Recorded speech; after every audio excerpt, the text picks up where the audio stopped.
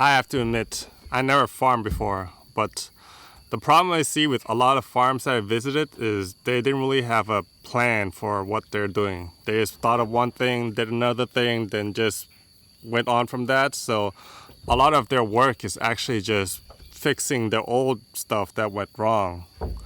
But now I'm trying to do it differently. I have a plan, or I have a vision in my head that I'm trying to plan out. And I have a principle guideline that I want to follow of the design process. I will go through that one by one. But do you hear this bird? There's just this one bird, or this one kind of bird. I only see two of them, and they've been singing all day, every day.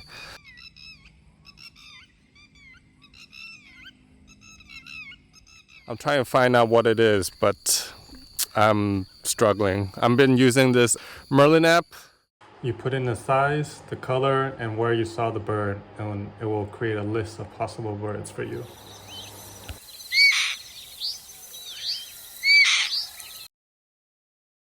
Not gonna lie, I spent an inordinate amount of time on this app.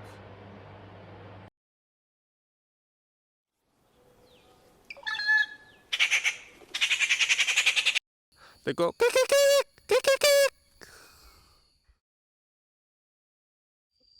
The principles are ordered from the things that are hardest to change to the easiest to change. The first one on the list is climate. Climate includes the amount of sunshine, the amount of rainfall, the species and plants that are native to the area and very easy to grow and hard to kill. And this is the jackfruit.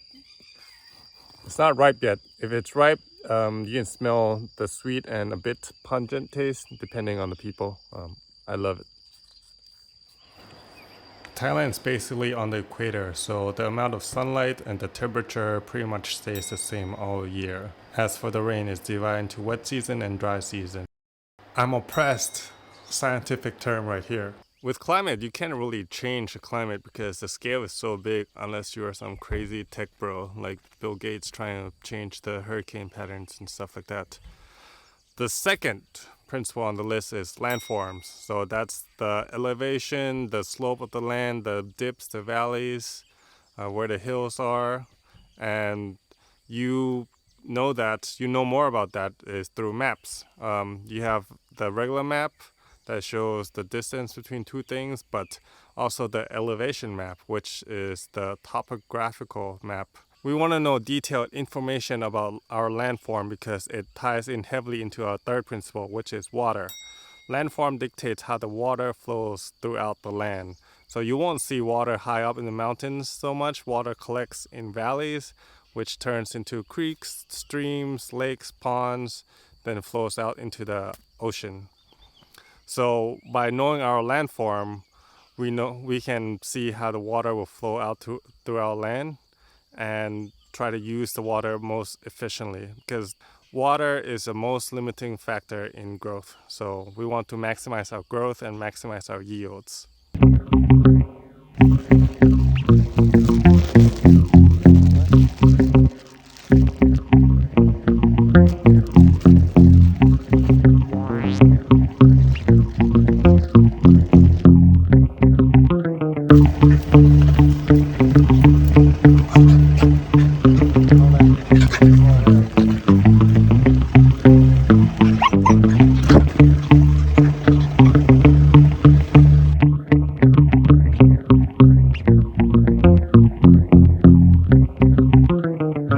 GNSS อะครับ มันเก็บข้อมูลทุก50 เซน ทุก50 เซนแล้วแต่เราตั้งครับ I hired these guys to make a topography map for me.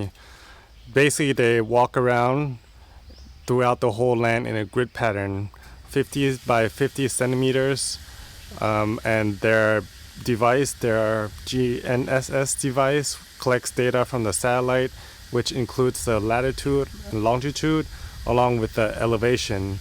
So they'll get all that data information and throw it in their program and spits out topographic map which shows the elevation difference throughout the whole land.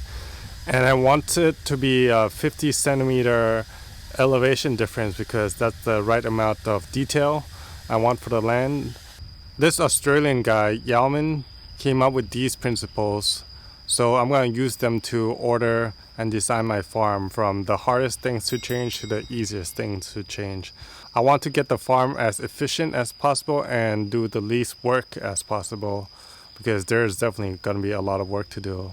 In the next week, the map should be done and I'll go through the map and talk it over and see where I want to put things, how the water flows throughout the buildings and whatever for the rest of the ordering. So, see you then.